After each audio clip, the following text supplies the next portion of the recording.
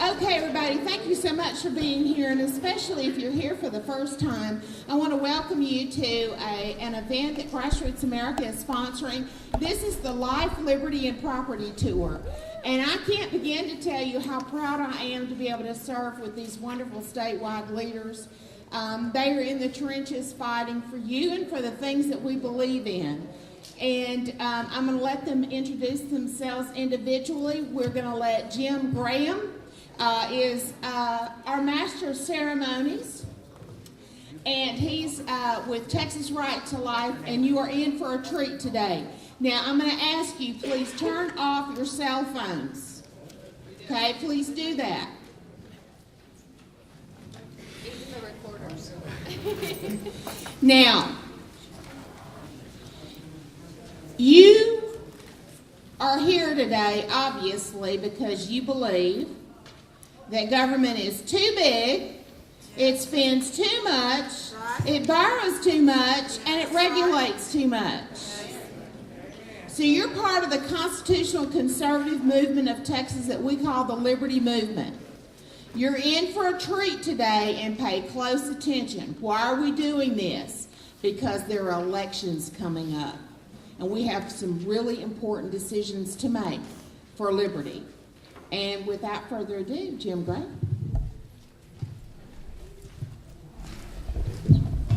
Hi, I'm Jim Graham, the State Director of Texas Right to Life. And before we get going, let me just introduce everyone here, or actually let them introduce themselves to y'all. You probably know everyone here, but just for those who don't.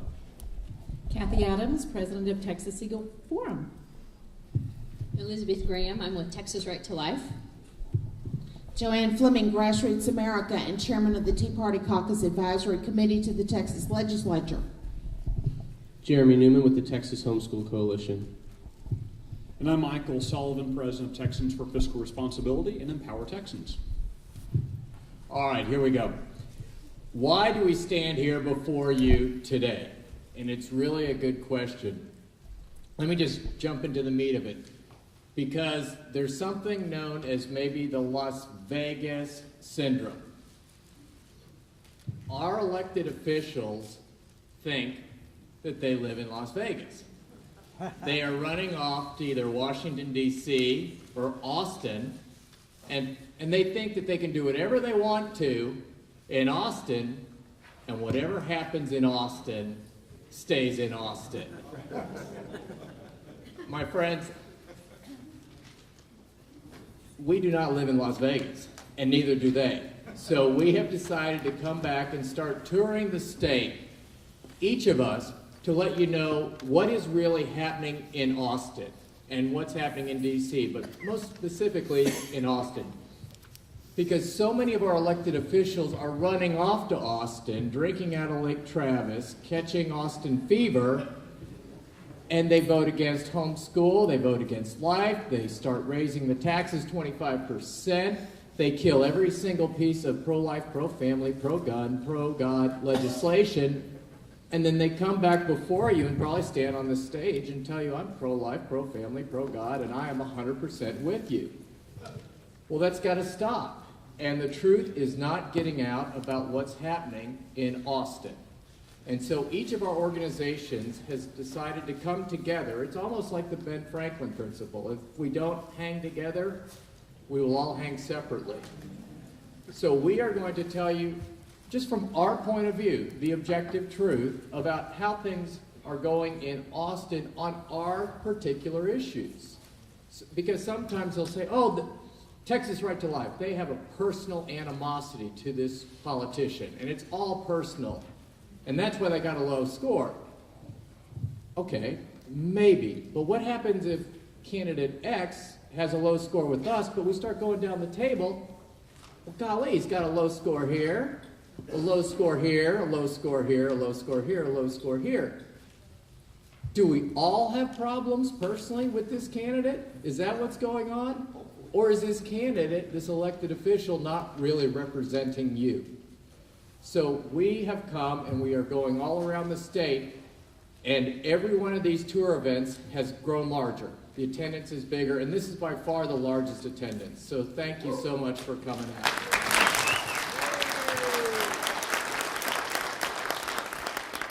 So let me just give you a quick summary. As you know, the Texas legislature just met. And so how often do they meet? You all know, right? Every 2 years. And they meet for 20 weeks, 140 days. Unless, of course, they have complete, abject, miserable failure. And then they have a special session. And, of course, they could always fail again and have another special session. And, well, you get it, go back to step one.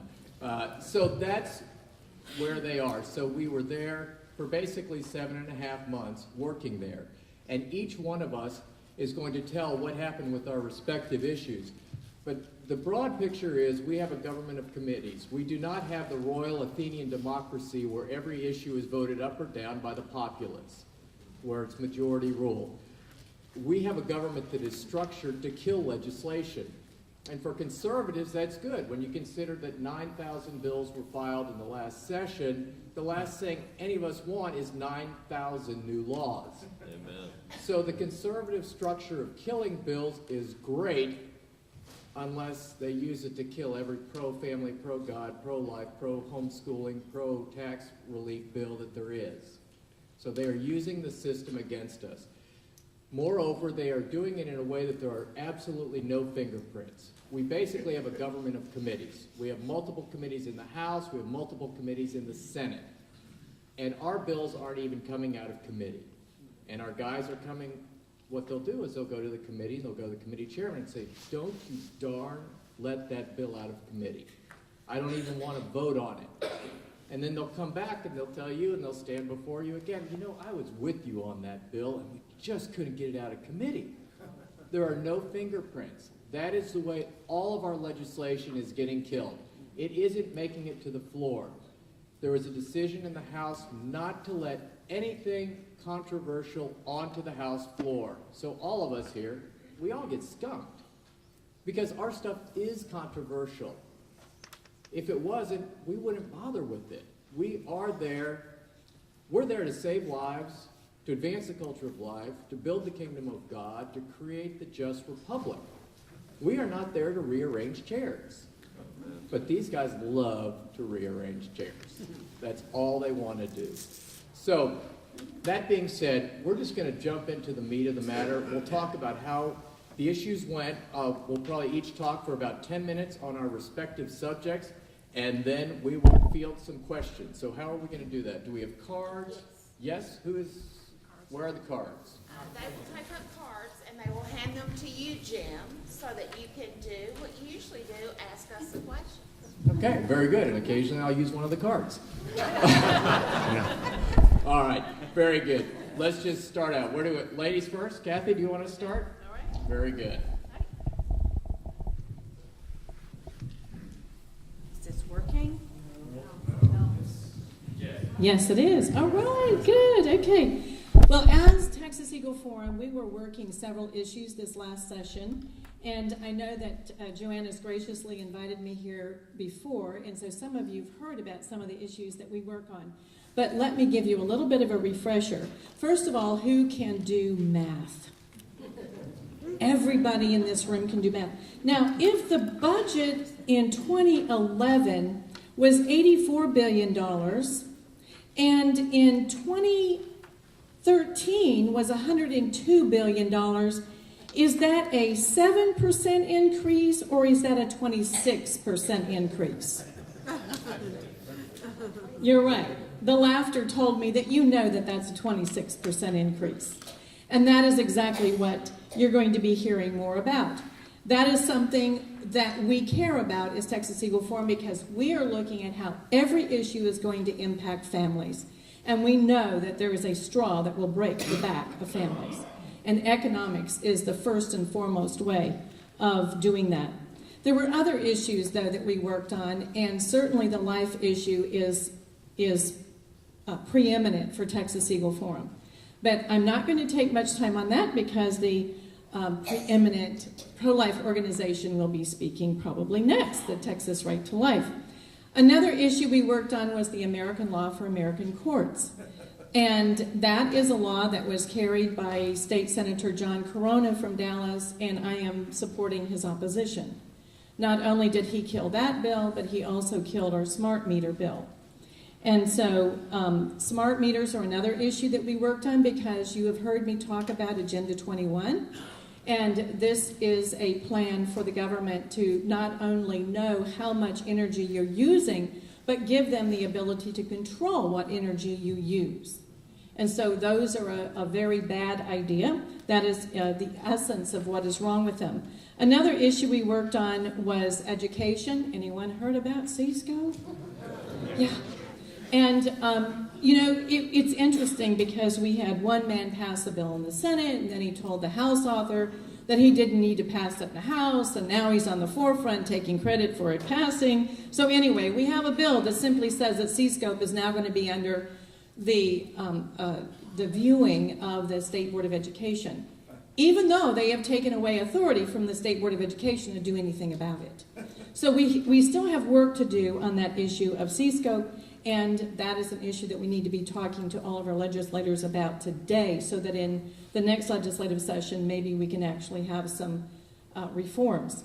Now, another issue that we worked on was divorce reform, and nothing happened on that issue, as you might guess. And that is very unfortunate, because today in the state of Texas, with no-fault divorce, we have a revolving door of marriage and divorce, and that is tragic. It is leaving children in the lurch, and the focus that we have is how can we protect those children. That is extremely important, and that's what we've got to focus on next legislative session. So with all of those issues, let me tell you who got 100% on our scorecard for Texas Eagle Forum. Your Matt state Schaefer. representative, Matt Schaefer.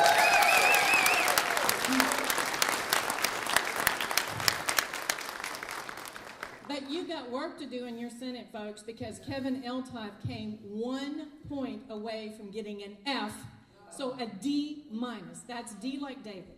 So y'all have work to do on that race, and I'm going to really count on you doing something for us. I invite you to go to our website, texaseagle.org, and to find all of the details on our scorecard.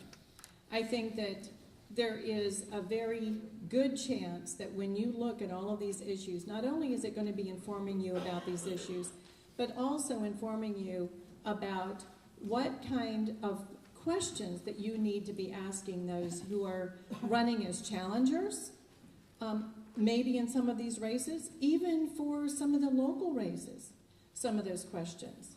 And I am so looking forward to the Q&A time, and I'm going to hand over the microphone and look forward to hearing more from you later. Thank you, and God bless.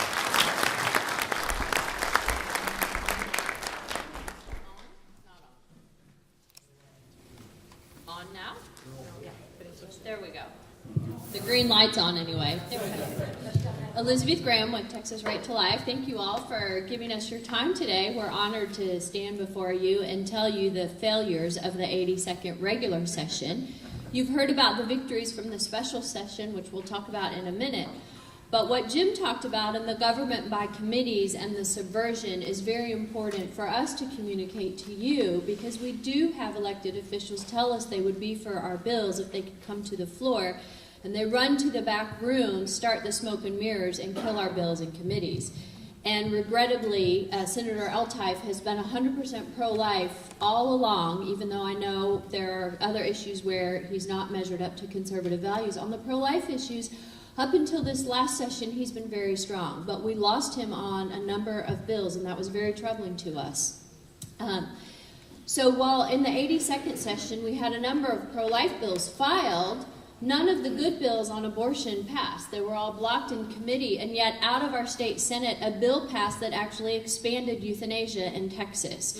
And sadly, Senator Eltoff voted for that because the bill's sponsor, Senator Bob Deuel, marketed the bill as a bill that improved current law. And the bill actually took more power away from patients and their families and put more power in the hands of ethics committees, who are people on the hospital's payroll serving on a committee to decide who lives and who should die and under what time frame. Sarah Palin called them death panels, and she was ahead of the times when she used that term, but that law's been on our books since 1999. the Texas Advanced Directive Law. Texas Right to Life has been trying to change that law in a positive way for obvious reasons. And so Senator Duell took some of our complaints, nuanced them, and put them in Senate Bill 303 and came up with a bill that actually expanded euthanasia instead of eradicating it in Texas. And he told others this is a way to move the ball down the court, this gives patients more power and their families, but that was actually untrue. The fine print of the bill did exactly the opposite, and Senator Eltife voted for that bill, as did a number of senators who historically have been pro-life. So we can no longer ask our elected officials and candidates, are you pro-life or pro-this or pro-that? We really have to drill down behind the labels and ask, are you for patients directing their own health care? Are you for taking money away from the abortion industry? Would you vote for a bill that would name a library after Matt Schaefer if it had $10 million going to family planning? Well, Matt Schaefer wouldn't even vote for that bill. So we really have to move behind the labels and ask our candidates and elected officials these tougher questions, because you can't just be pro-life anymore. You can't just hide behind that label. There are so many issues under the life umbrella that are important to find out the answers to for candidates running for office. They killed the House and the Senate. There's blame to be placed everywhere. Didn't pass any of our bills during the regular session. There were 7 filed in the House, and we were given hearings late in the session, so early to mid-April. And then the chair of the committee in the House said, well, we want you to add this provision so that the restrictions on abortion, meaning the ban at 5 months, when that baby's fully formed, swimming around, smiling and sucking his thumb and can feel pain.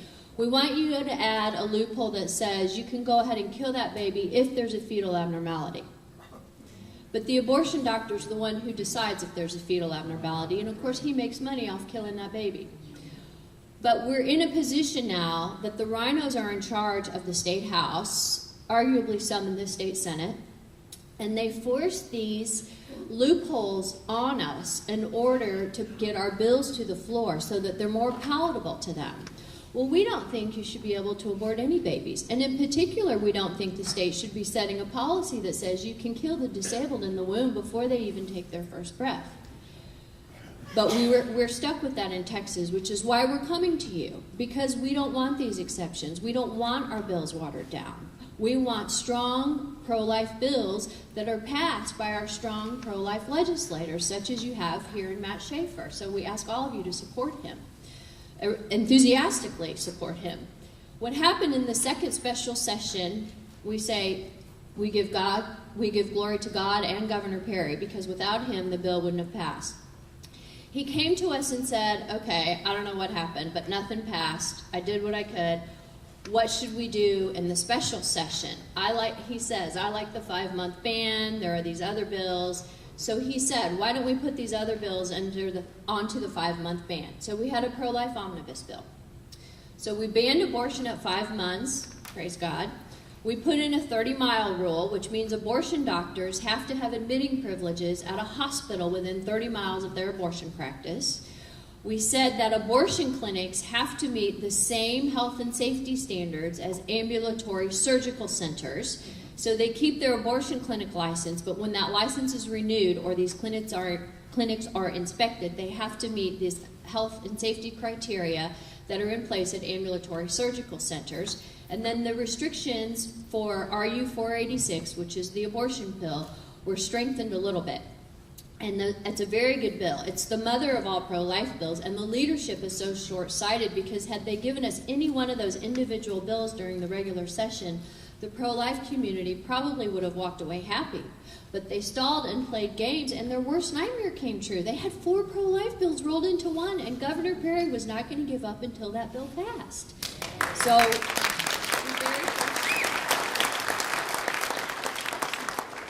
the update on that is that the abortion extremists have filed a number of lawsuits to keep House Bill 2 from taking effect. And the preliminary rulings have allowed the law to go into effect. And what will happen in January is that the constitutionality of the RU 486 and the 30 Mile will be debated in the Fifth Circuit Appellate Court. And so the abortion extremists filed suit on those two parts. They've untouched the 5-month ban, because what happens when they argue about the 5-month ban on abortion is that you see these pictures of children in the womb who are fully formed, and they're waving and sucking their thumbs. And the media talks about, well, there's science about whether or not the baby can feel pain. So any pregnant woman hearing that news story thinks, oh my gosh, that baby can feel pain. So the pro-aborts won't dare challenge that in court, but they are challenging the other health and safety restrictions. That goes to the 5th in January, but in the meantime, the courts have ruled that the law can take effect while the court battle goes on. And what's happened, these abortion clinics won't comply with these new rules, so over 12 have closed. That means thousands of women and babies, in the meantime, are being spared the pain and anguish and possibly the eternal consequences of abortion because these clinics have closed. And you, in large part, that's a huge victory. And in large part, you have Matt Schaefer to thank for that, because he was in all the rooms and in all the meetings saying, don't water the bill down. These bills have to pass. There's no way that we as Republicans, that we as believers, that we as legislators, who people voted and trusted to put us here, there's no way we're walking away from Austin and letting 80,000 babies still be killed this year. Not on my watch. That's what you have in Matt Schaefer.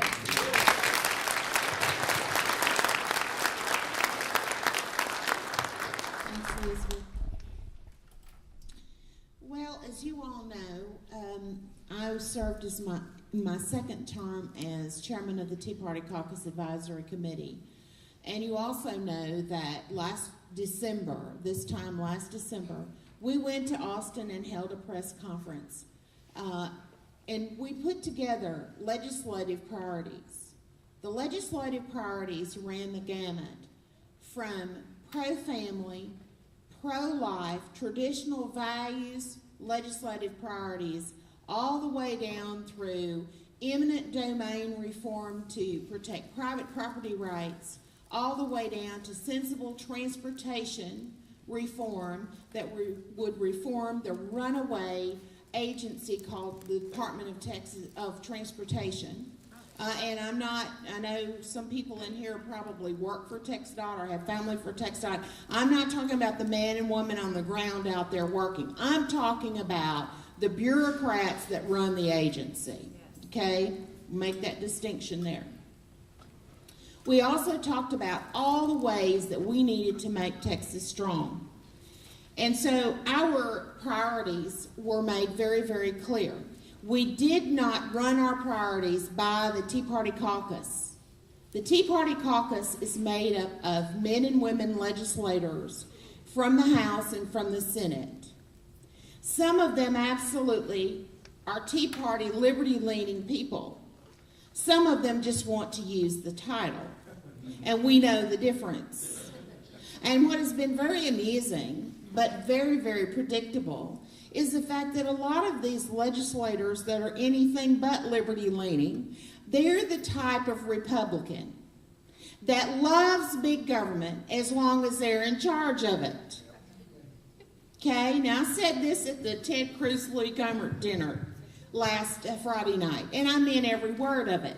And I know it irritated some of the establishment that were in the room. I don't care. Because here's the issue. Progressives on the left and the right are robbing not only your pocketbooks, but the pocketbooks of future generations of Texans. Texas needs to lead the nation in the liberty movement. We absolutely need to, because we live in a time where people in other states are looking at Washington, D.C., and they see how completely dysfunctional it is and how they just can't seem to get spending and debt under control. Anybody here think we're going to solve that problem anytime soon? Okay, I'm talking to the right crowd. So what that means is Texas needs to be strong. And how do we do that? We need to reduce our dependence on federal dollars. Did you know that 35% of the state budget revenue is made up of federal dollars? That is $69 billion. What would happen in Austin, Texas, if we lost a quarter of that? You would hear shrieks so loud, you would think the world was coming to an end. But nobody down there, with the exception of very few people in the Senate and our strong conservative base in the Texas House, which, by the way, is less than a third of the House, is truly conservative. Only that group is talking about what do we do if Texas doesn't get the federal dollars we're used to getting. Don't you think it's about time that we had a conversation about that? Yes. We do. We absolutely do. We also need to make Texas strong by resisting any increase in debt. Over the last 10 years, our state debt has climbed 125%. Now, there are people who don't want to hear that, and they really don't think there's anything wrong with it. Well, let me tell you, we lead the nation in transportation debt. I can prove that to you. Those numbers are from the Legislative Budget Board documents. In fact, that is one thing that our local senator agreed with us on. Now, didn't help us try to reform TxDOT or any of that, but was okay with finding a way for us to reduce the debt by raising some taxes. Now, I have to tell you that the transportation schemes, and I mean that, are coming to rob your pocketbook. That's right. That's exactly right. So I'm asking you to pay attention to the issue. There are people with noble causes that think it's okay to come pick your pocketbook to make up for the lack of leadership in Austin, Texas. I don't think that's the right way that we fix it. We change the leadership in Austin, Texas. And we put transportation and government back on the side of the people and out of the hands of special interest. In fact, we are looking for statewide leadership that will walk to the door of your Capitol and rip the for sale sign down off the Capitol and run the special interest out. I live for that day. That's why I'm touring the state with this group to bring it to the attention of the people. We need to get our state's fiscal house in order, which it is not. And I will rely on my friend MQS to fill you in on those details. We need to uphold the rule of law at all times, not just when it's politically correct.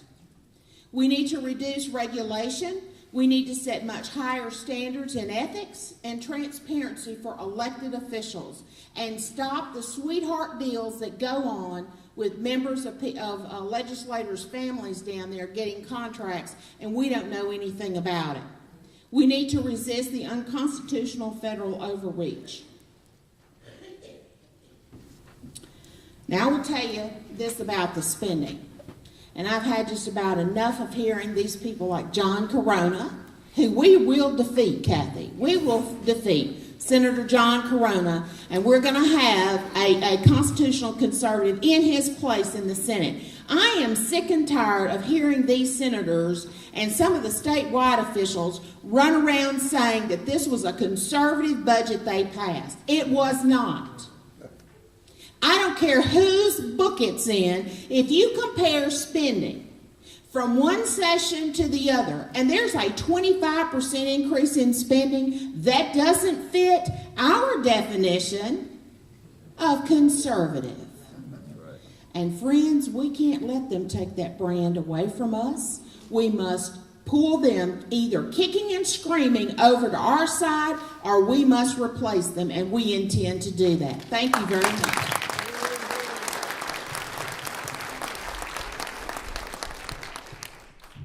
You guys hear me? Yes. All right, my name is Jeremy Newman. I'm the Policy Director for the Texas Homeschool Coalition. I'd actually like to start by giving you guys a little bit of a history of the homeschooling movement in Texas. Despite what many people think, it actually has not always been as free and easy as it is today. So in the mid-1980s, the Texas Education Agency actually started prosecuting homeschoolers across the state for anything from truancy to child abuse because they were homeschooling. And after they'd prosecuted between 100 and 200 families, the homeschooling community finally got fed up with it. And they responded by suing every single school district in the state of Texas and the TEA in a case that became known as the Leaper case. And it went all the way to the Texas Supreme Court and was ruled 9-0 in favor of homeschooling. And ever since then, we've had this sort of progressive movement where homeschooling has become more and more free, to the point where in Texas, we are by far the most free homeschooling state in the country, and we lead the other states in that movement. So what a lot of people don't realize, though, is that in spite of that, we still have issues in the homeschooling community that we fight every single year, and they are the same issues every single year, because there's nothing new under the sun. And in the 83rd legislative session, we filed 2 pieces of legislation. Both of them died for the same reason that most of the pieces of legislation that we presented died. The first piece of legislation was called the Tim Tebow Bill. And the basic concept was that it allows homeschoolers to compete in UIL-sanctioned events in the public school district that their tax dollars are already paying for. So, I mean, this seems like a no-brainer to me, and we actually passed it through the Texas Senate with the help of Dan Patrick and Ken Paxton for the most part. And it came over to the Texas House, and Jimmy Don Aycock, who was and is the chairman of public education in the House, had told us all the way through the session that he was totally on board with our bill. And as it came over to the House and kept failing to come up in his committee, we started wondering exactly what he meant by on board with your bill. And so we went and talked to him about it several times, and eventually he was like, you just don't have the votes to get it out. And we're like, we counted them off, we're like, yeah, we have the votes to get it out. And so he eventually decided to bring it up only after we went to the Speaker of the House, who doesn't generally do us favors, but for some reason he decided to. And he called Jimmy Don Aycock and told him to let the bill out of committee. So Aycock brought it up literally 2 hours before the deadline that the bill could pass out of committee, and he did so at a time when most of the members of the committee were gone, including the bill author, and so the bill died.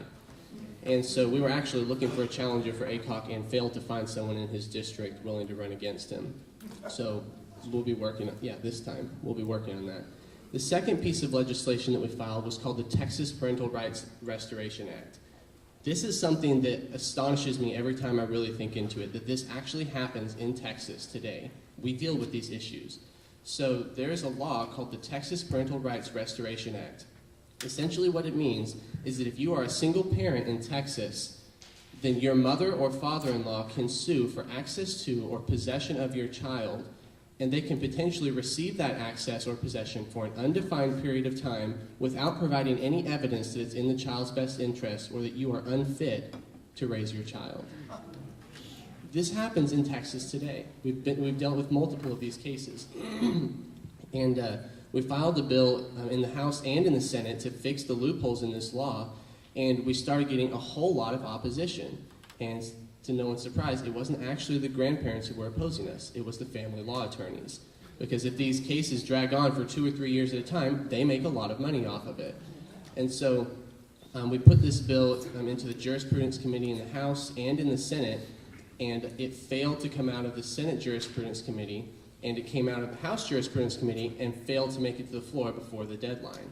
And it just astonishes me that I could walk into an office and talk to legislators about this issue, and they didn't seem to think it was a big deal. And it was amazing to me. It's like, how could you possibly think that this is legitimate? But for some reason, they just didn't seem to think it was a big issue. And so we've actually been working on that bill, both of these bills, for the last 3 or 4 sessions. And granted, we actually made much more progress this session than we ever have before, but both of them failed to pass, which should never have been the case. And one of the pieces of legislation that we didn't file, but that we actually worked against, actually I'm going to stop and explain something here real fast. The Texas Homeschool Coalition deals with more issues than just homeschooling in particular. And the reason for that is that we've come to realize over the years that homeschooling at a fundamental level relies upon an understanding and an acceptance of parental rights, not just homeschooling. Because ultimately, if parental rights are overthrown, it's just a matter of time before homeschooling goes out the window with them. And so one of the bills that we opposed was a bill that essentially allowed CPS. Right now, CPS is required to complete their cases within a 12-month time frame. And the long and short of it is that it removed that time frame. And so now the CPS can come and file against you, and then when the 12-month time frame comes around, they can continue prosecuting you. And so what that did is it removed the largest protection that parents have against CPS investigations. And so we opposed that bill all the way through the House, all the way through the Senate, and all the way through the House. And there was actually a provision in this bill that also allowed not just homeschooling parents, but parents in general, to lose the custody of their children based upon convictions under foreign law. So, which means naturally you have no constitutional protections under foreign law. So you can lose your child for anything that they can find written in any foreign law anywhere in the world. So we opposed that bill all the way through the Senate, and it came over to the House, and it actually missed the deadline to make it to the House floor. It was filed in the, what's that committee, the calendar called for non-controversial bills? Local and consent calendar. So it was filed in the local and consent calendar, non-controversial bills. And the byproduct of that is that it means that any legislator who wants to kill that bill can stand up on the House floor for 10 minutes and speak against it, because that sort of shatters the idea that it's non-controversial. And so you can kill a bill on local and consent that way, but most legislators are not willing to do it because there are often repercussions. People come and kill your bills. So the bill missed the deadline to make it onto the calendar, and then through an act of God, one of the members of our team happened to look up the bill, which was already dead, so there was no reason for him to look it up, and discovered that somehow it made it back onto the calendar anyway. And so the next day, we went over to the Capitol, and we started knocking on doors trying to find someone who would kill this bill for us. After 5 or 6 offices, we came around to Jonathan Stickland's office, and I was sitting across the table from him explaining this bill to him, and he stopped me and he said, "Look, will this make CPS mad?" And I was like, "Yeah, I guess it will." And he goes, "Okay, forget it, let's just do it." And I was like, "Okay." So he went up onto the House floor that day, and he killed the bill despite the anger that he received from the liberals left. And he did that along with several other pieces of legislation, actually. So we're going to be working very hard for Jonathan Stickland this time around. And so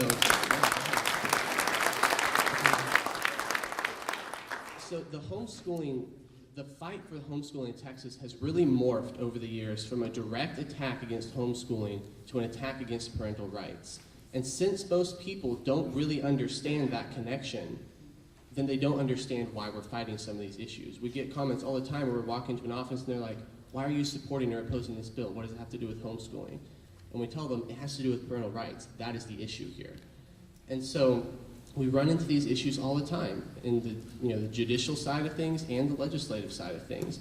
And something that I have come to realize is that unlike conservatives, liberals are not afraid to step out of their box in order to defend their positions. They don't mind what people say about them as long as they can defend what they believe. Conservatives are not like that. We are terrified of what other people think about us, and that puts us at a supreme disadvantage, especially in the election cycle. I mean, if we don't advocate for it, who's going to advocate for it? And so we sort of fall victim to this misconception that given enough time, the state will always revert to a conservative principle. And in reality, given enough time, you will wake up one morning and there will be nothing left for you to defend.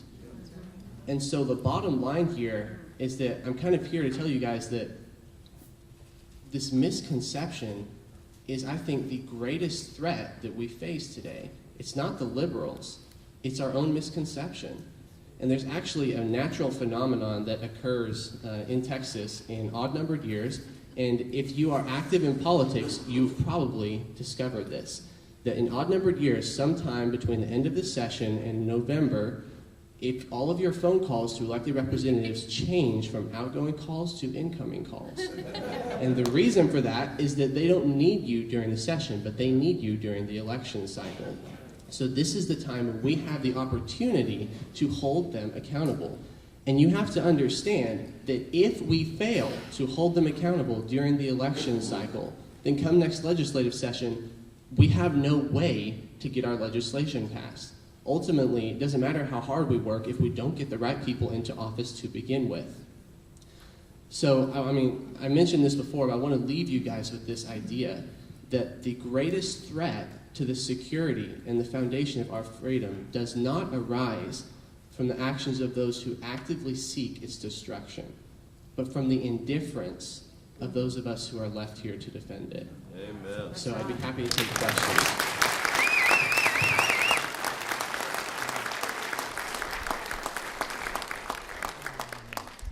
I always feel so much better about the future when I follow Jeremy. When a child is making unreasonable demands, it is a perfectly legitimate response for the parent to say no. When a politician comes to you and says, big government made this problem, you must choose between these two big government solutions. It is acceptable to say no. No is an acceptable answer. And right now we have a whole lot of folks trying to tell us, well, you guys are just the party of no. Well, because you're saying stupid things. Stop saying stupid things and we'll stop saying no. Can we agree to that? You and I should be more confident in exerting no. I have never once felt at all guilty about telling my children no before sticking their hand on the stovetop. When we know that the natural result of poor public policy is the loss of life, liberty, and property, you and I should not just say no, but we should say no loudly and repeatedly, and not be cowed into choosing between false choices. That's not who we should allow ourselves to be. That's precisely the point Jeremy was making. That's precisely what we should be engaged in, is recognizing the problem begins with us when we flinch, when we cower, when we blink, when we step to the side. We have to move forward boldly and aggressively. I suggest to you that the individual issues are less important than the conflict that is arising, the conflict between us and them. Us and them. And you always have to maybe ask a question of who's the us and who's them. My friend Jim Graham very helpfully set you up at the beginning when he talked about the controversial things, these controversial things that we're for, and we all went, oh, yeah, controversial, you know. Kevin Eltike told me this is controversial, so it must be, you know. Well, none of these things are actually controversial with humanity, with Homo sapien. That's right. These things are controversial with politicus unwise, maybe, but not with voters, not with Texans. The kind of issues we're talking about are extremely popular, not just with, you know, weirdos who show up for lunch on Friday in Tyler when it's raining and you should be watching reruns of American Idol or something. No, these are popular with Republicans, with Democrats, with people who go to country clubs, with people who, you know, hang out at diners. These are popular positions. They're not controversial. They're controversial with a small number of takers and rent seekers, the small number of regulators and controllers. I'll give you two examples of the us versus them conflict. The first of them is spending limits. Mrs. Adams referred to it, Mrs. Fleming referred to it, this problem that we've seen where we all go around and say, oh, Texas, we're a small government, low-tax state, and we pat ourselves on the back and we say y'all a lot, and you know, we're very proud of, you know, this mystique of the small government, low-tax Texas. And I mean, and it pains me to be saying this right now because I have a friend from Missouri here, and you know, he came down here all bright-eyed and bushy-tailed, excited about, you know, being in, you know, in the free Texas. And I told him, no, it's a lie, it's a myth. If you're the least, well, none of you would be, but if someone's the least drunk person at a bar, they still shouldn't be driving home, and they sure aren't a model of sobriety. We benefit in Texas by not being California. California is in the corner drooling on itself. You know, Illinois has passed out, and you know, New Jersey is in the dumpster or something. All right, we're not them. Yay, we're not sure which truck is ours in the parking lot, but we're not them. That's where we are in public policy. We have to stop being satisfied with being better off than Louisiana. God help me if I go to the grave glad of being better off than Louisiana. I apologize for any of you Cajuns who might exist. I was raised that way. So when we look at our state spending, last session, looking at these two most recent sessions, state spending increased 25%. Now, that's not a number that Kathy made up, or Joanne made up, or I made up. That's from the Wall Street Journal, looking at math, just looking at the numbers spent. 25% increase in state spending. That's not sustainable. That was written in an editorial called Texas Goes Sacramento. And I called up my friend who wrote the editorial, and I hadn't chatted in a while, and I called him to come a little depressed. And I'm like, Steve, please tell me that your piece was wrong. And he said, well, we did find a problem. I went, oh, good. The Texas pride exerting itself. And he said, yeah, couldn't find a single time when California increased their budget 25%. Great. We've outdone California. Way to go, team. Okay? So that's what they did. What we want, what voters have been demanding, is strict limits on spending. In the past 4 Republican primaries, the question has been asked, should all levels of government be restricted to the growth of population, to no more than the growth of population and inflation?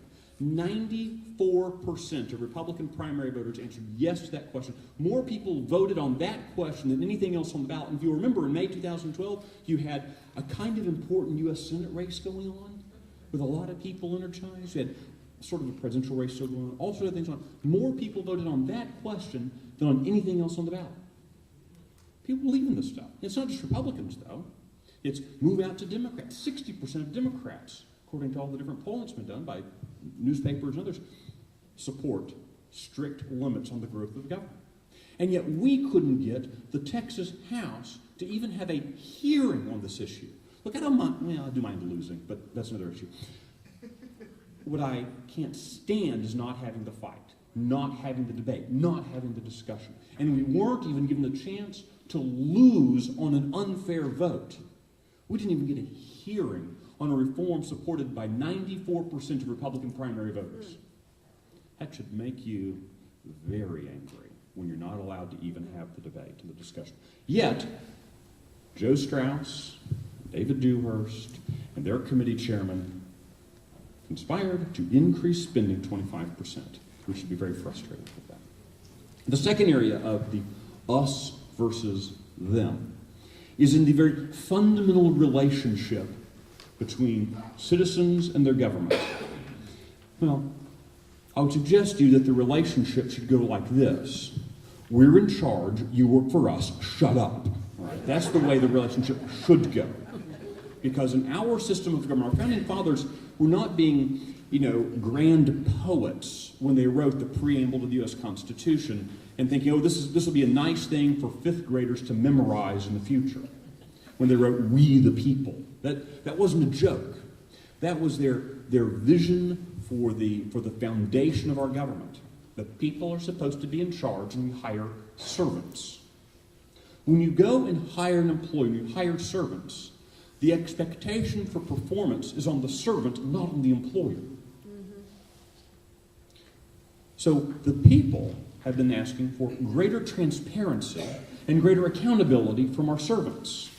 Legislation was filed that would require lawmakers to disclose the contracts that they and their families receive from governmental entities. Currently, they don't have to disclose that. And so as a result, you have a good number of our House members whose spouses have very lucrative deals doing nothing with hospital districts and school boards and city councils and all sorts of agencies you never would have dreamed to imagine. And so those contracts are never disclosed. You don't know the inner workings of the cronyism and the power. That legislation, of course, was derided and went nowhere. Again, not even given a vote. On the other hand, what was given a vote? two pieces of legislation. One that would require, how many of you have ever been to the state capitol and knocked on the door of your state rep or state senator? Okay. What you did would be illegal unless, before knocking on the door, knocking on Mr. Schaefer's door, you had to pay to the state $750 and registered with the state the topics which you were going to speak with Mr. Schaefer about. Piece of legislation filed in the Texas Senate. Your guy, Kevin Eltife, congratulations, voted for that legislation. He thinks that you should pay the state before you exercise your First Amendment right. No, not the freedom of the press, although that's probably coming soon. No, your right to petition your government. I seem to remember that one in the top 10 of the Bill of Rights. That's what he voted to do. To make it so that citizens who show up at their capital have to register with the state and say in advance they're going to speak about, or else face thousands of dollars in fines. The second piece of legislation, again came out of the Senate, Kevin Eltife voted for it twice, was to require that any organization that took a position that a politician somewhere didn't like would have to disclose their donors, so that that politician could come after the donors, could go after them and regulate them, harass them, whatever is necessary. This is something that has been settled law in the United States for more than 50 years, that nonprofits, churches, garden clubs, Republican women's clubs, whoever, are allowed to speak as entities and not disclose their donors, precisely because of the threat of political harassment. And yet Kevin Eltife twice voted to do that. The first time he voted for it was a sneaky little push the bill through effort.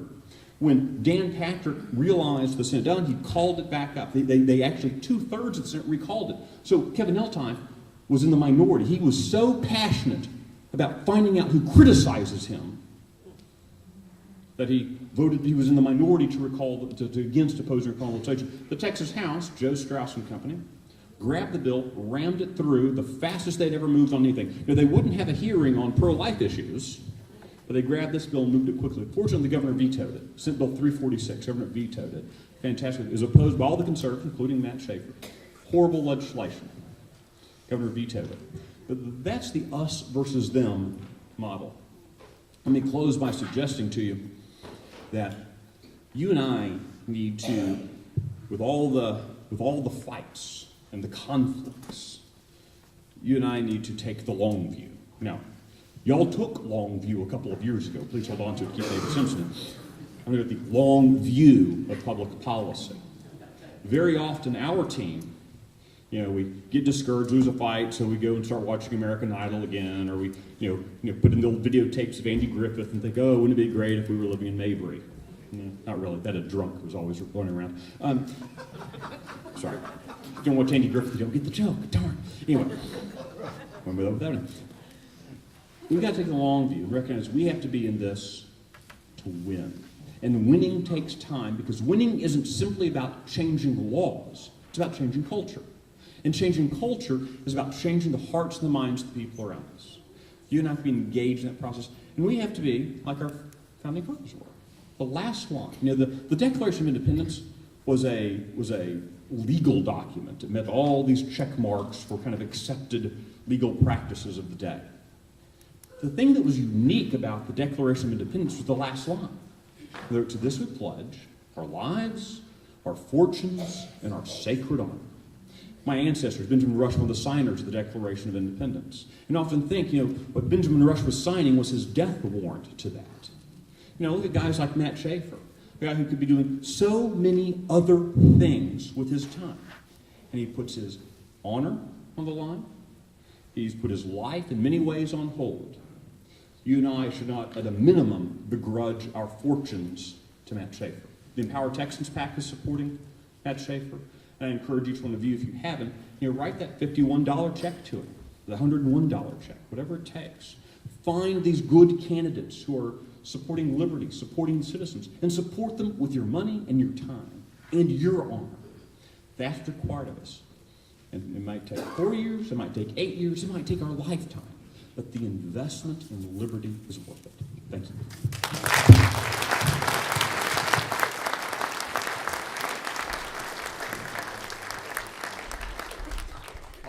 that's all really nice, but let's start punching. All right? Let me tell you how the pro-life bill was actually passed. About 2/3 of the way through the special session, I was called in, I was summoned to appear before a very powerful committee chairman who basically told me to sit down and shut up. You got your pro-life bill 2 years ago. You got your sonogram bill. Now I want you to think about that. Because in Texas every year right now, there are 75,000 babies killed. 75,000. We're said to be the most pro-life state in America. But we are still losing 70,000 babies a year. 75,000 women are still suffering from an abortion, 75,000 men. It is a plague upon our state. And a pro-life, powerful leader says, you got your bill 2 years ago, you need to show us some respect and appreciate it. And that is their mentality. And Michael touched upon it. They don't work for us. In their mind, we are their subjects. And we will do what they tell them, and we will thank them when the process is over and ask for a little more. What happened during the special session is, and everyone here was involved in it, we took that pro-life bill. They did not give us a pro-life bill. There was a group, Matt Schaefer and some others, that went to the governor and said, this has got to stop. We did not run to get elected to do nothing and then come back in 2 years and do nothing again and have nothing change. It was a revolution. We took that bill. And you know what? I think that process has never been better for the conservatives. We mobilized, we have developed tools with the internet, and we've realized, to quote it, we're mad as hell, and we're not going to take it anymore.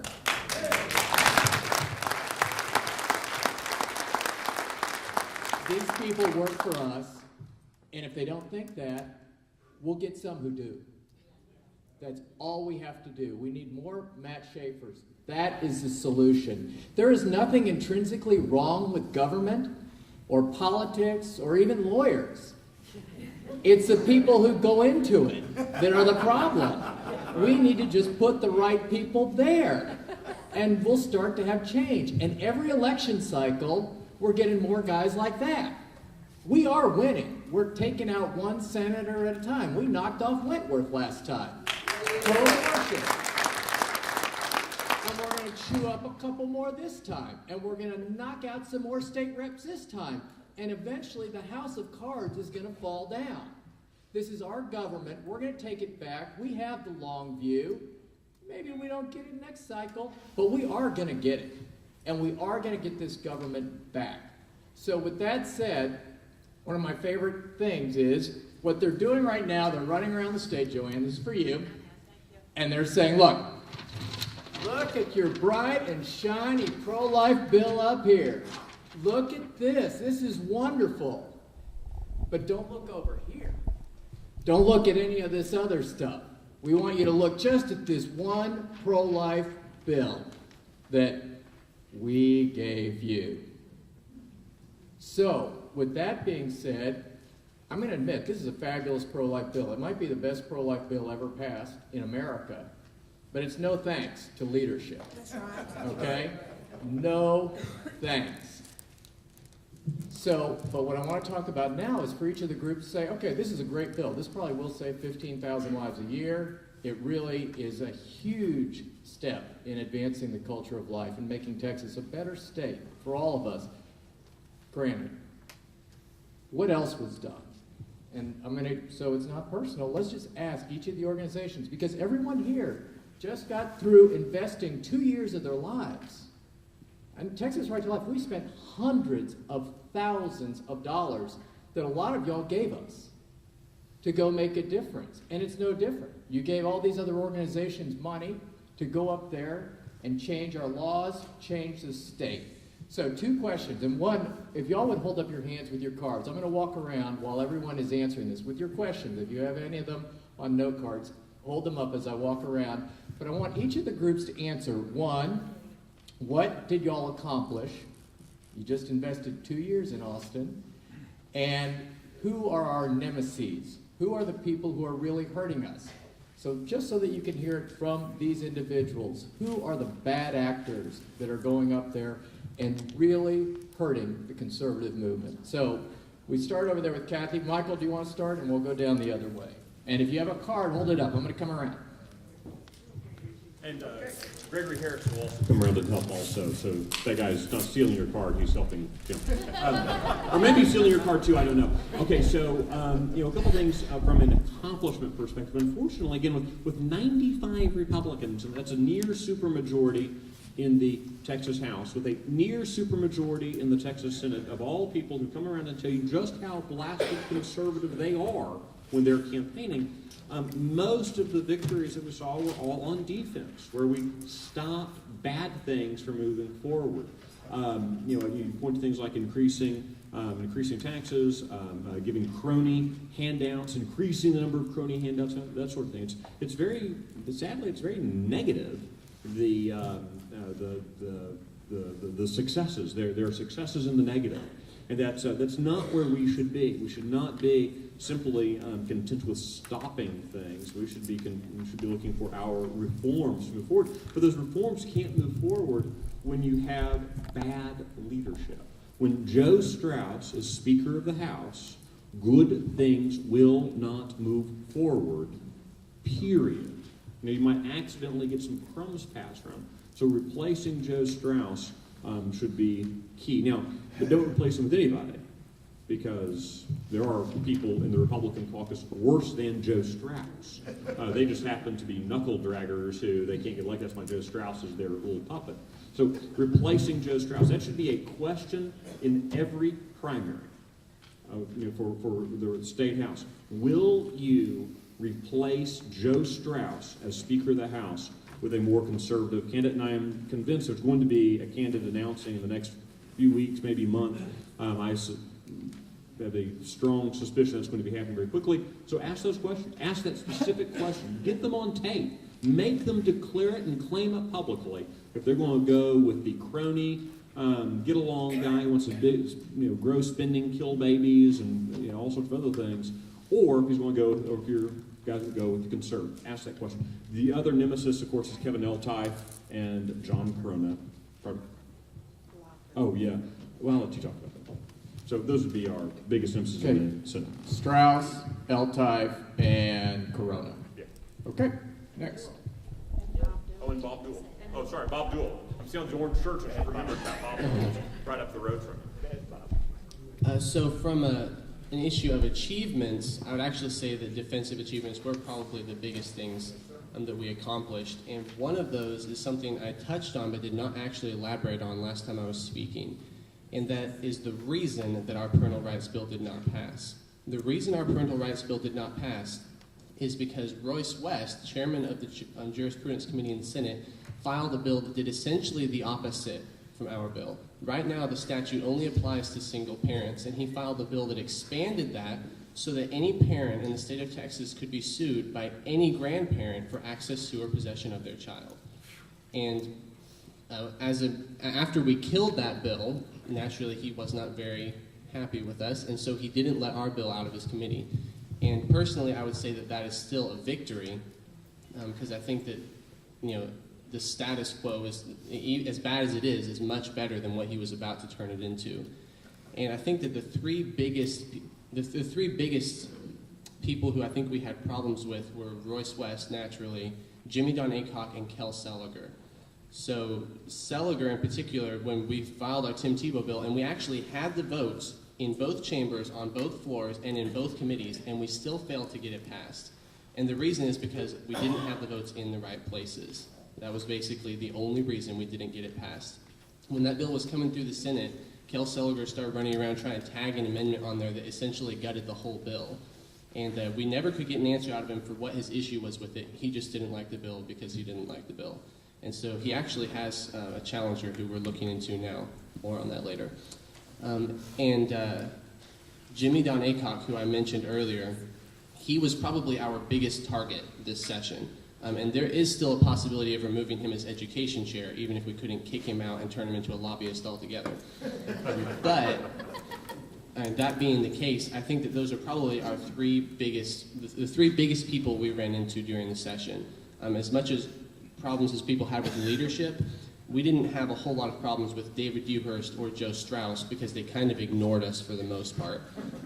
But those three senators and representatives we had huge issues with, and we'll be working very hard to remedy that this time around. Hopefully you'll stick around, and in a few years you'll move from being ignored to hated. Next. Right. Well, one of the things that I would like to credit the Liberty Movement in Texas with is that we all came together on April 15th. We had a press conference in the Lieutenant Governor's press room, and we spoke out against the state debt, in particular century bonds.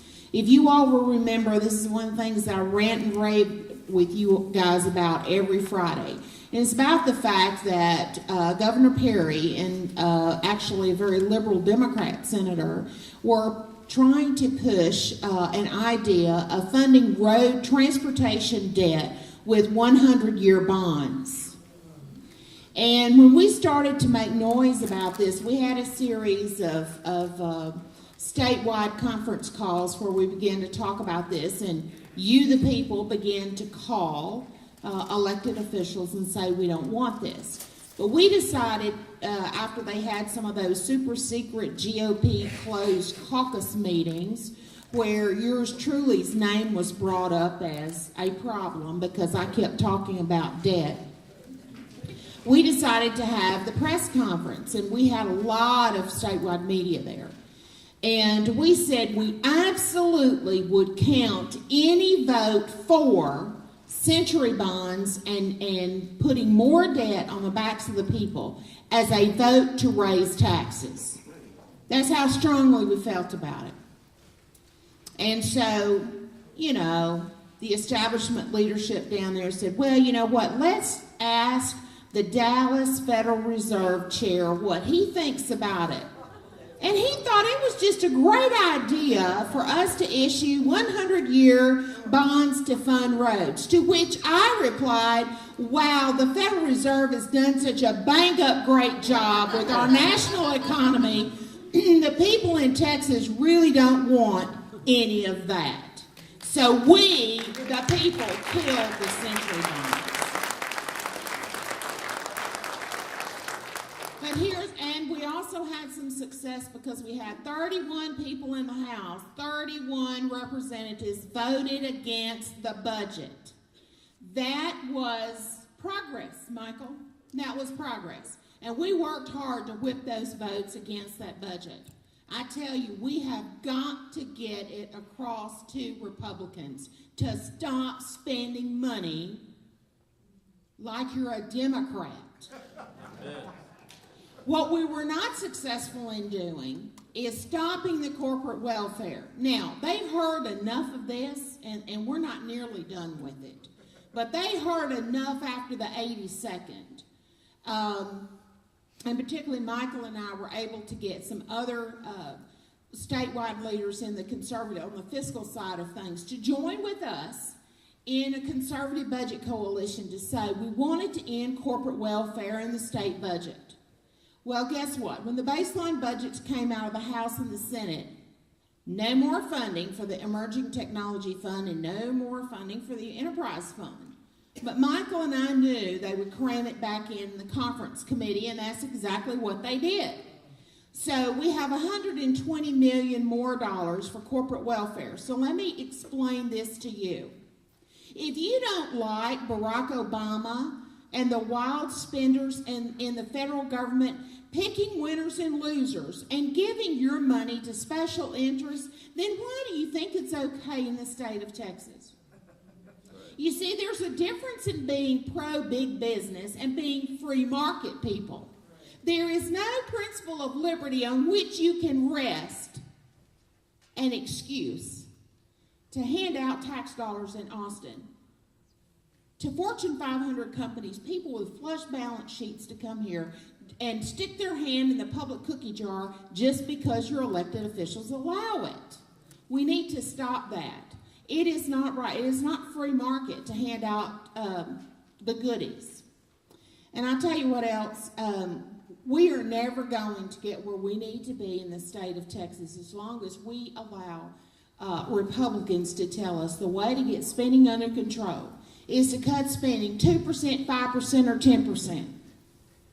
Because, Michael, you and I know that if they cut 2%, 5%, or 10% of something government shouldn't be doing in the first place, we're never going to get where we need to be. So we are determined to find a way to get a state government restructuring project underway in Texas where we do a core constitutional function test on every department, agency, and program in Texas to decide, does it go in this Constitution-sized box or not? If it doesn't go in that box, it needs to be on the chopping block. Amen. And then we work toward efficiency. But it's going to take all of us working together, and I can tell you we are absolutely determined to do that. But I can tell you we're having success because 1/3 of the voters in Texas self-identify as Democratic. 1/3 of voters self-identify as traditional GOP. And 1/3 self-identify as liberty-leaning Tea Party groups. I am telling you, Austin knows we're coming for them. And we're going to knock out some of those big spending GOPers this time, and we're going to come and get the rest of them the next cycle. Thank you.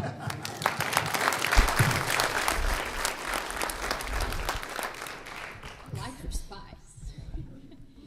Well, speaking of spending, Texas in 2005 became the 10th state to fund alternatives to abortion. Now, we don't like the government funding these pet projects, but since we spend so much pork and nonsense money on other stuff, Texas Right to Life thought we should put a little bit in for alternatives to abortion. And we've kept that funding in the budget ever since. And as Joanne talked about, spending money where the state shouldn't be spending money, I want to give you someone's words, an elected official's words. These aren't my words. The brownies on the border are breeding out of control, and we have to send them contraception. How racist is that? And because of I can think of some well-heeled white Republicans who might not be, maybe reproducing. Nonetheless, that's not our position. The brownies on the border are breeding out of control, and we've got to stop that. I want to tell you that because there is a mindset among Republican legislators that we have to keep pouring money into these so-called family planning programs. Now, we are not opposed to the types of family planning that do not cause abortion, but most of them do. And your tax dollars are funding that to the tune of $496 million. The state spends $500 million on birth control and family planning that has no proven effect. There's no data, there's no science, there's no research, there are no statistics that these family planning funding, these programs work. Legislators just say, well, everyone knows you provide this and that prevents pregnancy. Well, no, everyone doesn't know because there's no data on that. And in fact, the women and men who use these type of programs are so stunned when they turned up pregnant that they're the first ones in line at the abortion clinic. So I'm telling you this because the state funds alternatives to abortion to the tune of $10.2 million. And in our budget, it was at $8.2. And we caught wind of that the funds were not increased. We had a 2-week bloodletting fight to increase the $8 million to $10.2 million for a program that is audited every year, has proven results, helps women choose life, mentors them until the baby's up into a year old, provides them cooking classes, and there's a term for safety with newborns. So it teaches them how to care for their babies and keep the bottles sterile, parenting classes. This program, Alternatives to Abortion, has a proven track record. They're dying for additional funds, even though they also get private funds. They do fundraising. And yet, we had to fight to get them $2 million more, where we had $496 million going to this pork that has no proven results. And that would be one of the programs where we think the government doesn't belong. And so that's just a microcosm of these nasty fights that we have in the legislature. We had another bill that would have reformed the way that your minor daughters and granddaughters go to judges to get permission to undergo a secret abortion without you knowing. Minors in Texas can go to judges for permission to undergo an abortion. And you know, the judges don't like when we start reforming this, because then they think we find out who are the ones granting these judicial bypasses. But yet, if the minor secures permission from a judge to go to this abortion clinic without you or the parent, minor or the parent knowing, she has this abortion and she has complications, guess who they call then?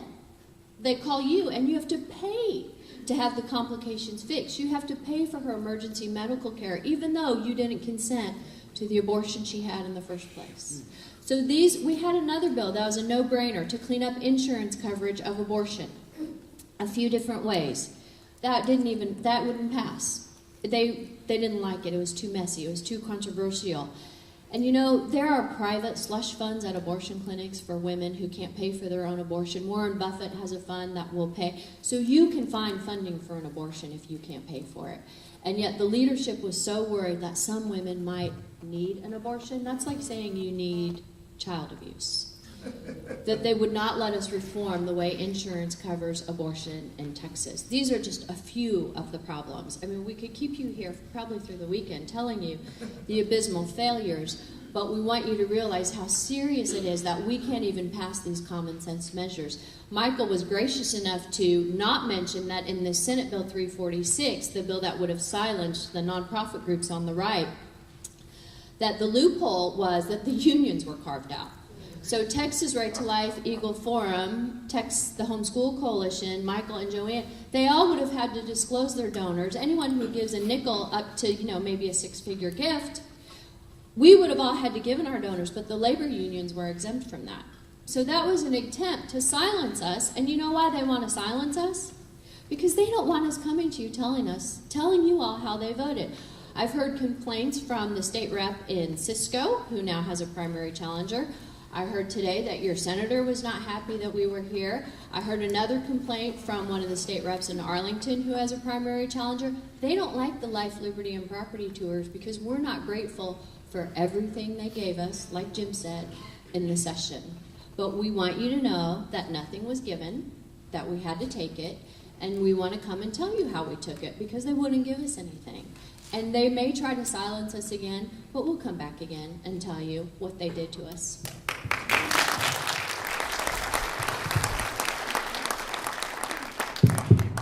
We're supposed to talk about our victories.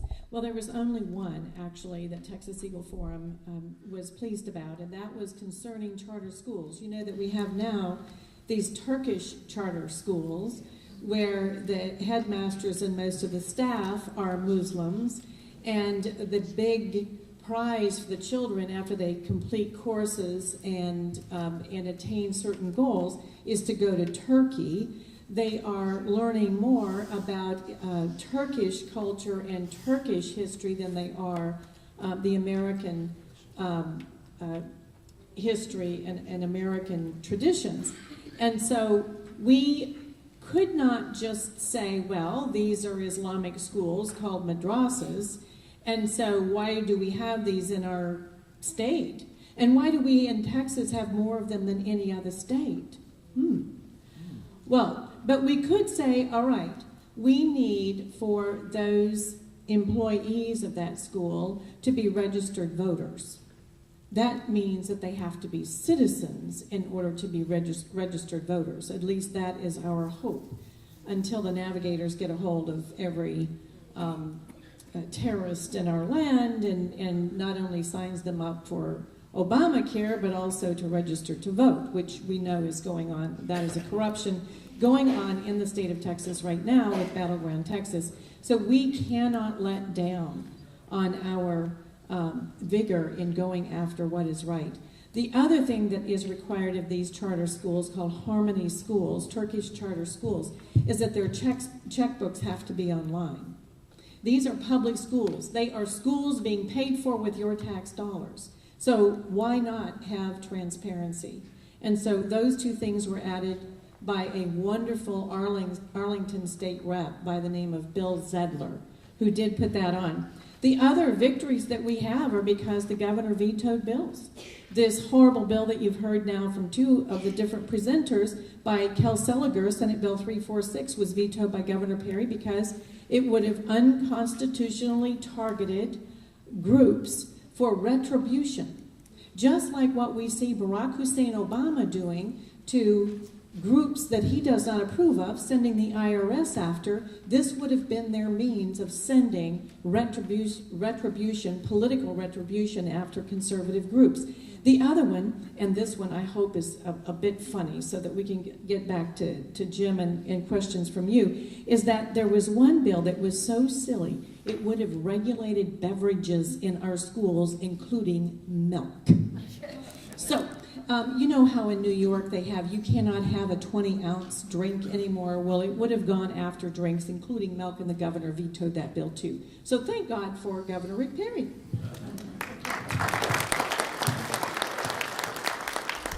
All right, I have a question for Elizabeth and then for Kathy. Elizabeth, would you talk about the House rules, which is, how is this happening? And then, Kathy, if you would talk about the Senate rules and in particular the blocker bill and what's that all about? So, Elizabeth.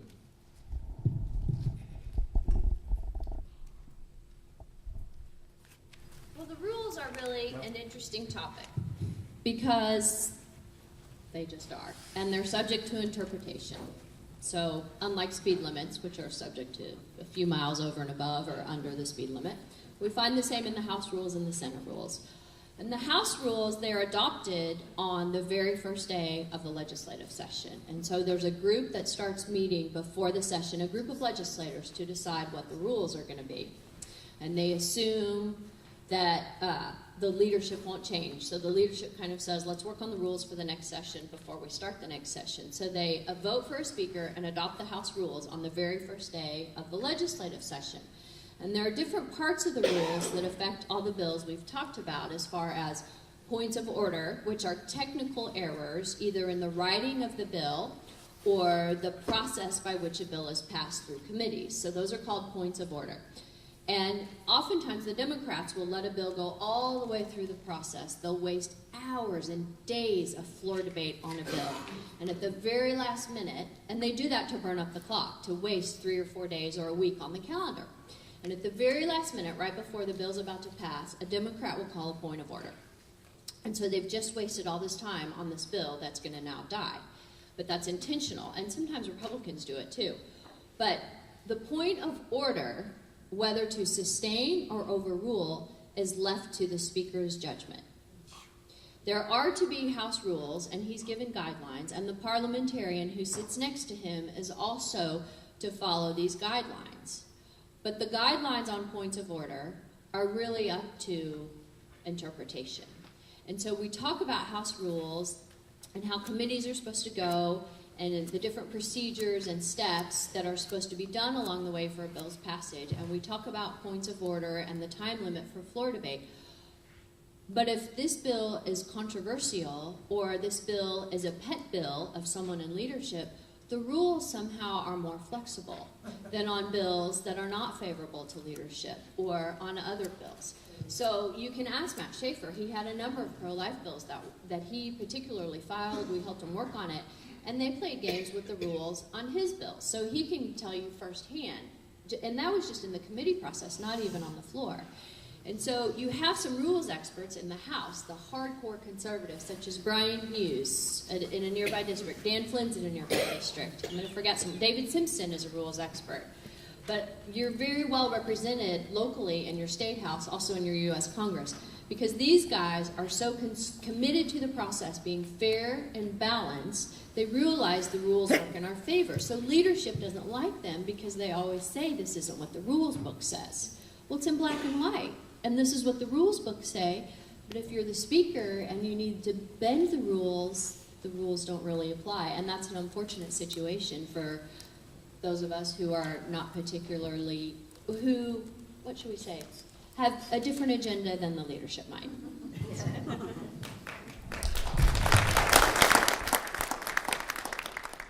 That was a good way to finesse the end there, Elizabeth. I have to compliment you on that.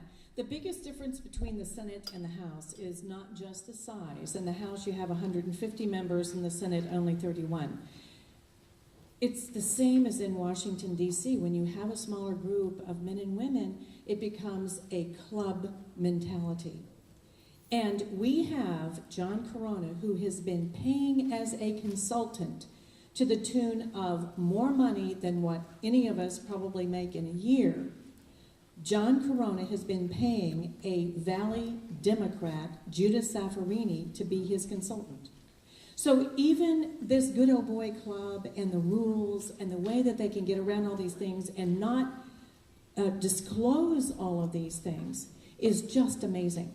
The other great big difference between the House and the Senate in Austin is the fact that the House has a calendars committee, and Elizabeth explained well how that is a roadblock, either to be expedited or killing bills.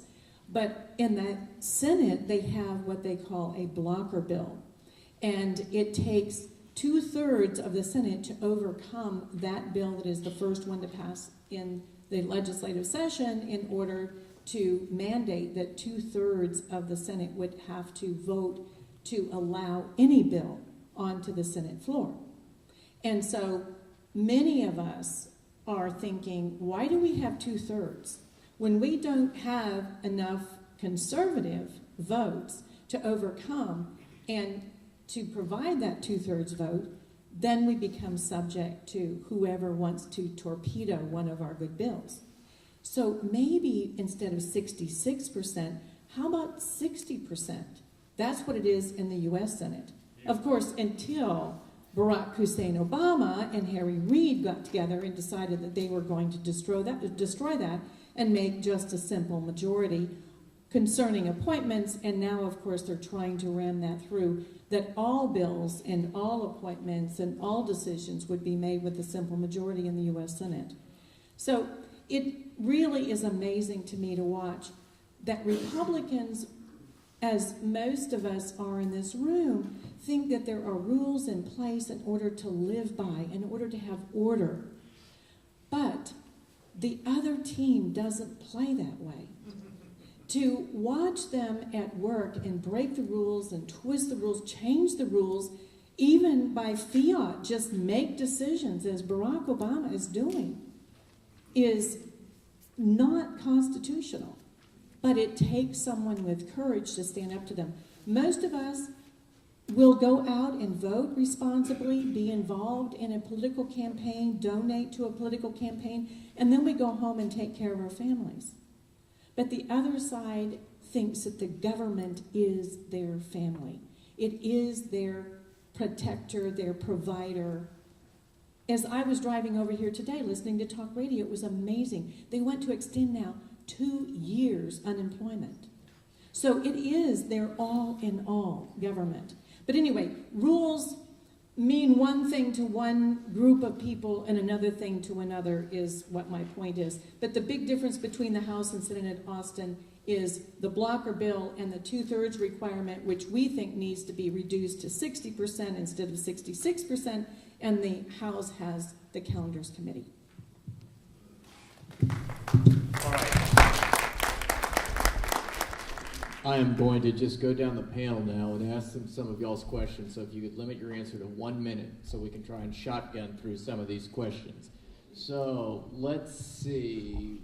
We'll go with Jeremy, 1 minute. Can you tell us about the work of the Watchmen? So Texas Homeschool Coalition launched a program this last legislative session that we had never tried before. And we had a six-man lobby team, 6 homeschool graduates that came down, and we lived in Austin, and we split up the 181 offices between the 6 of us, and each one of us were, quote-unquote, in charge of, if you want to use that term, approximately 30 offices.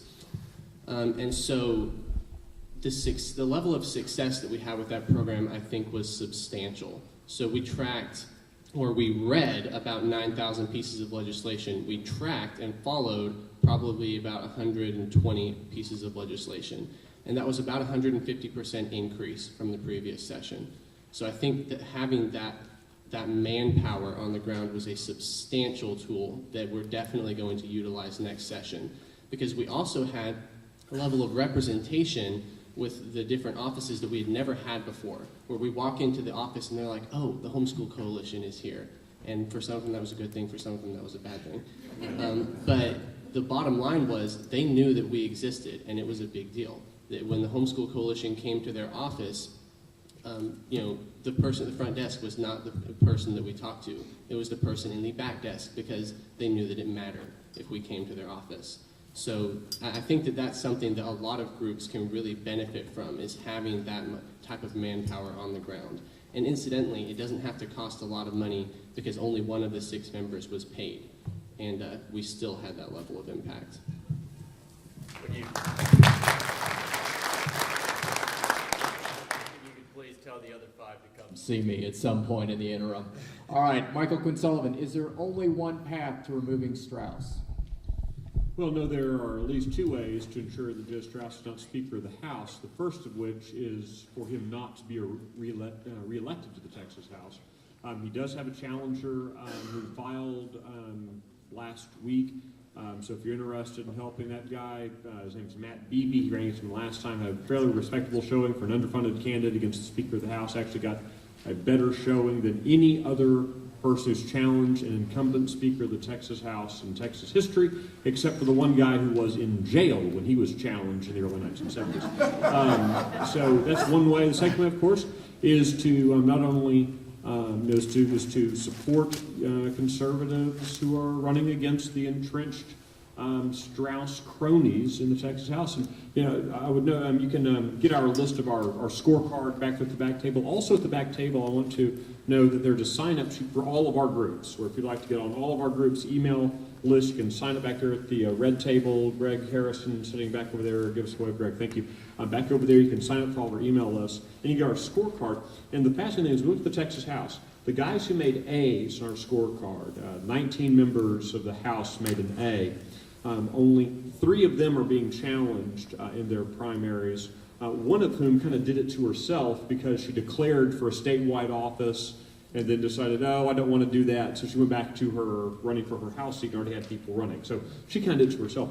On the other hand, the bottom 19, because we had 19 A's, the bottom 19 Republicans, 4 of them decided to retire because they didn't want the hassle of an election. So that's the cheapest one yet. And most of those 4 are being replaced by a slate of good candidates. You can't go wrong in most of those races with those 4. Just phenomenal. That's automatic improvement. Then you had another 6 who are being challenged. Now, not all challenges are equal. You got the, people with the horns and the third eye and, everything else out there. But several of these folks are really good, and some of them might even catch lightning. Wendy Davis got elected to the Texas Senate not because that's a Republican district. She got elected because she had the good fortune of twice running against idiot establishment country club Republicans. So she just happened to be standing in the right place when voters went ugh to the incumbent. So that thing happens too. So hopefully on our side will be good guys. All right, Joanne, how do we get good legislation out of committee? For example, the American laws for the American courts. Well, first of all, we have to make that an issue with the statewide candidates. I'm telling you that people that are running for governor need to answer if they will help drive that, push that bill through. Same thing for lieutenant governor. Our statewide leadership has been with a small L on many occasions, at least over the last 2 sessions. I mean, you couldn't find them anywhere to be helping us push this through. American Laws for American Courts is something that needs to happen. So it needs to be a campaign issue in all the House districts, in the Senate districts, and I can tell you that it is a question that is being asked when these Tea Party liberty groups are vetting candidates. So you not only approach it from your challenger candidates, but also with the statewide, whenever you're vetting them, whenever they're in debates, when they're trying to date you. As I said, Michael, somebody else said, I think we were talking about how the calls suddenly reversed from being outgoing, Jeremy, outgoing to coming in. That's what's really interesting is all the establishment Republicans that are running for higher office have suddenly noticed the Tea Party liberty movement in Texas and are trying to date us. But like I said, you have to take these issues and keep driving them home because the liberty movement in Texas can frame the debate. We absolutely can. And you just take every opportunity, social media, every time somebody from the media calls you and wants to ask you what are your key issues, you bring up the key issues and keep them in the forefront. Okay. All right, Elizabeth, 1 minute. Please, now that you've passed all the pro-life legislation that's possible, what's left to be done? Well, Mr. Graham, Texas Right to Life hasn't published our agenda for the 2015 session yet, but we would like to accomplish statistical data collection on abortion. So that would be one way. Of course, the woman's anonymity would be protected at all times because the government's so trustworthy with data and statistics. But we would like to know just the occurrence of abortion because our Federal Center for Disease Control and even the Guttmacher Institute, which is Planned Parenthood's own research arm, report different numbers than our own Department of Health does. So we can't really address outreach to pregnant women and talk to these people who are abortion vulnerable unless we really have raw numbers, unless we know the counties and where these abortions are occurring, the counties where the women live, and of course the reasons. Finances are a reason we can help women choose life over that. If, she's a victim of rape or incest, well, there are other ways to help women with that. So we'd like data collection. We would like to reform the way insurance covers abortion in Texas. We need to clean up the judicial bypass. And of course, we need to restore patients' rights. We need to take the Texas death panel law off the books and provide a way so that patients and their families can transfer their loved ones to a different care facility instead of having imposed death. Does that answer your question? Okay. All right. Last question, Kathy. Status, Common Core. The status of... Okay, the status of Common Core is that it is alive and well. It is being used. Even though there was a supposed halt put to it, the superintendents, the administrations had already downloaded all of the materials and they already have them in hand and they're just making photocopies and continuing on. And so if it is not C-SCOPE, it is Common Core, which is almost the same thing at the federal level. If there is one thing that parents are ready to take to the streets and actually march against the White House over, it is Common Core, and in Texas called C-SCOPE.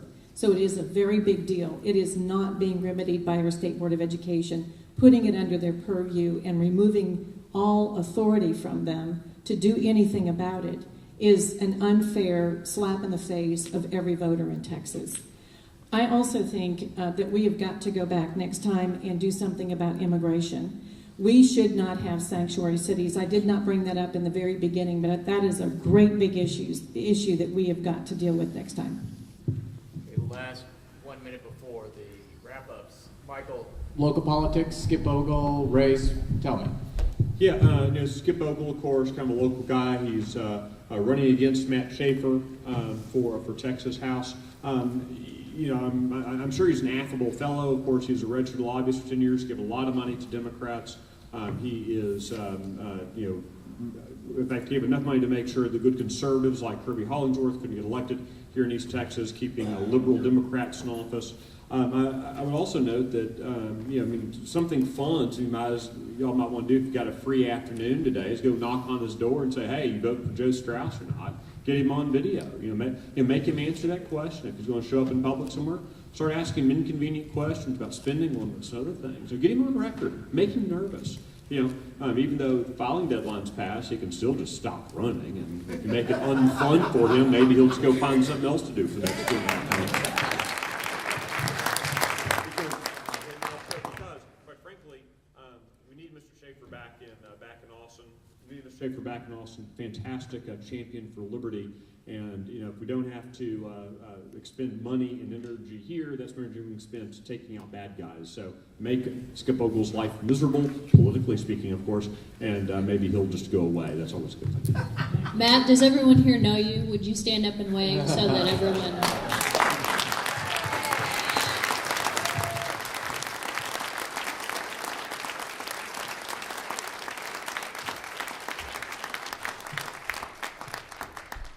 A couple of days ago, I was listening to Limbaugh, and at least from our issue, whatever you think of him, Limbaugh has been rock solid on life when almost many of the Republicans abandoned the cause. He held the fort. Special place in my heart for him. But a caller question, y'all have all heard the question, what made the founding of America unique? And it really is a fascinating question. Why hasn't America happened anywhere else in the history of mankind, anywhere else in the world? And his argument was, never before or since have you had a Jefferson, a Washington, a Madison, a Hamilton, Jay, all assembled at the exact same point in history, all working towards the same cause, a noble cause. Fantastic answer. And 2 nights ago, I was driving around, I think we were in Midland, and it came to me that situation has repeated itself. Now, we all don't study Locke's second treatise on government, or Plato's Republic, or Aristotle's Nicomachean Ethics. But everyone up here and out here is concerned about the fate of our nation and is dedicated to restoring that city shining on a hill. There is a second American Revolution beginning. And as I travel the state and work with these people, you are seeing, again, the assemblage of phenomenal minds and tremendous hearts united for the same cause. And you guys are named right, because I'm telling you, there's another frickin' Tea Party on the way. And I mean a real one. And the revolution is out there, and we're picking up the tremors. We are hated. We burned the boats when we started this tour. The powers that be hate us. Organizations, it's starting to really come out. Liberal press is picking up on this tour. Churches are saying, wait a minute, these guys need to be silent. This is resonating, and every gathering we have is getting larger. And you are starting to get more influential. Arguably, the reason maybe the first revolution worked so well is because everyone had a musket. Right? They weren't afraid. But what do y'all all have now? This. Everyone now has the power of the electron. We're on the web. We're sending out emails. What happens in Austin can no longer stay in Austin. The revolution is coming. So we're on. It's just a different type of armament, and it is going to be a far different type of battle. But I assure you, it has already begun, and we are already winning. So take heart in that. So I'm going to ask each organization to close and just say, all right, game on, the battle's begun. What do we need y'all to do, and how can we help y'all, and how can we work together? So Kathy, Eagle Forum. I can hardly wait to work with these folks, to stand with them. Let me tell you, I've been through enough of these battles over the last 2 decades to know that it is still a shock whenever there is a friend who falls away. Let's encourage one another every day. Let's pray for one another. Let's not become weary in well-doing. Let's stay together. And it was said earlier, if we don't hang together, we're going to hang separately. Let's stay together.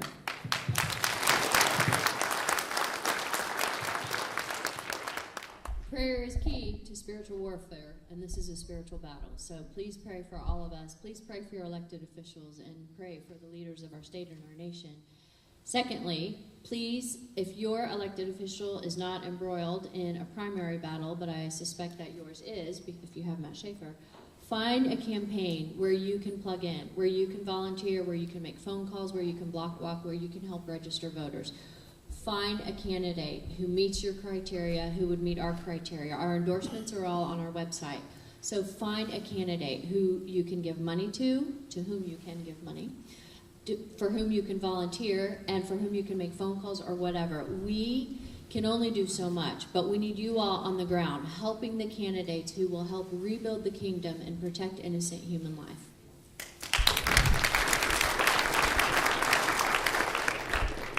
And I want to echo what Kathy and Elizabeth said. We absolutely need to be very committed in prayer. I will tell you that the only way that my colleagues and I can do what we do is that God has been so gracious to remove the fear of man from us. We care more about what God thinks about what we're doing and about saving Texas and saving our nation than what people say about us. We're just over that. We are over that. So I'm going to tell you, Grassroots America has not made any endorsements yet. There's some rumors out there. I will tell you right now, I take a really dim view of people that start putting on Facebook that they've been endorsed when we haven't made a decision, and you are running the risk of getting clotheslined in public by me if you do it. So I have made a few endorsements that are beyond what Grassroots does. I've endorsed Donald Huffines against Corona, Bob Hall against Dual, and no, we haven't done locals yet. But anyway, the guy that's from the House from Plano that's running for the Senate, Van Taylor. I don't know why I can't remember Van's name. Van Taylor for the Texas Senate. Now, we will soon after the first of the year start posting about mid-January voter guides from all these organizations, their endorsements, our endorsements. So there will be a one-stop shopping place for you to go to find out information.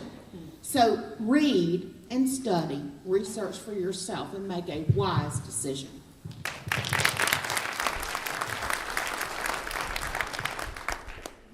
Can you guys hear me? All right, so two things on this actually. THSC is actually launching a new program this election cycle that we have never tried before.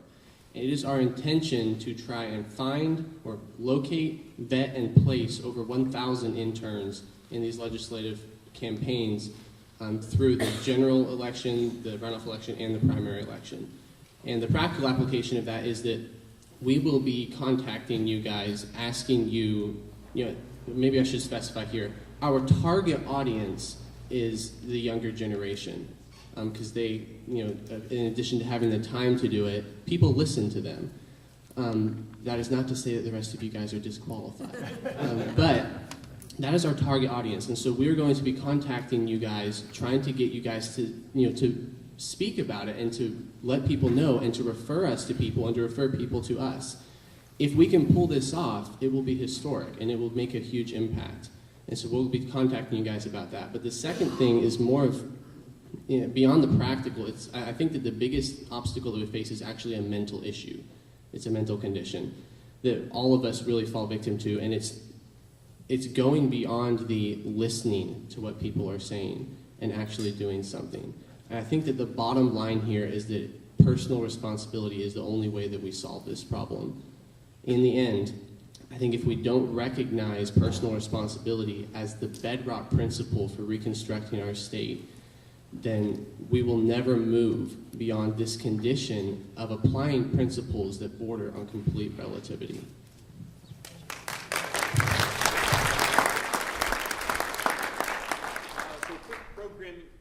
Quick programming note, we are continuing to do these around the state. Again, we'd love sign up on the one clipboard back there. All of our groups will be able to stay in touch with you. You can also visit lifelibertyandpropertytour.com.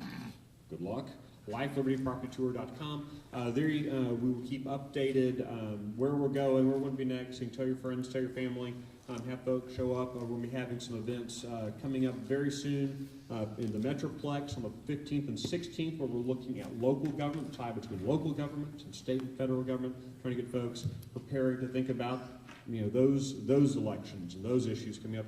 Also in San Antonio, we're going to have a Mongo event there. I don't think we've settled the date on that quite yet. Make sure you take a look at that website so you keep track of it. In mid-1940s, of course, there was some unpleasantness going on in Europe that we were embroiled in, and the 101st Airborne Division found themselves in Bastogne. And a very nice German commander sent across a very pleasant offer. He said, if you will right now just put down your arms, we will take you and put you someplace warm, and you'll have an occasional warm meal, and you'll be able to send out the war just to be wonderfully pleasant. It was basically what the German commander said. The acting commander of the Allied forces, who was himself there huddled down in Bastogne, replied with a single word. He said, nuts! Because he knew two things. He knew, number one, that his men would not submit. Number two, he knew that the truth and righteousness was on his side. And finally, he had a little hint that a very miserable human being named George S. Patton and the Third Army were heading that way. And of course, the Battle of Bastogne has gone down in history as the greatest victory of the Allied forces. So that's where you are today. That's where we are today. We're surrounded, but we're winning. It is cold and miserable, but we have got a victory parade coming very quickly. Thank you for being with us. Thank you all for coming out. This has been our biggest event ever. Hopefully it's been the best political event you've ever been to. And spread the word. Let the whole state know that the resistance is being built. Thank you so much.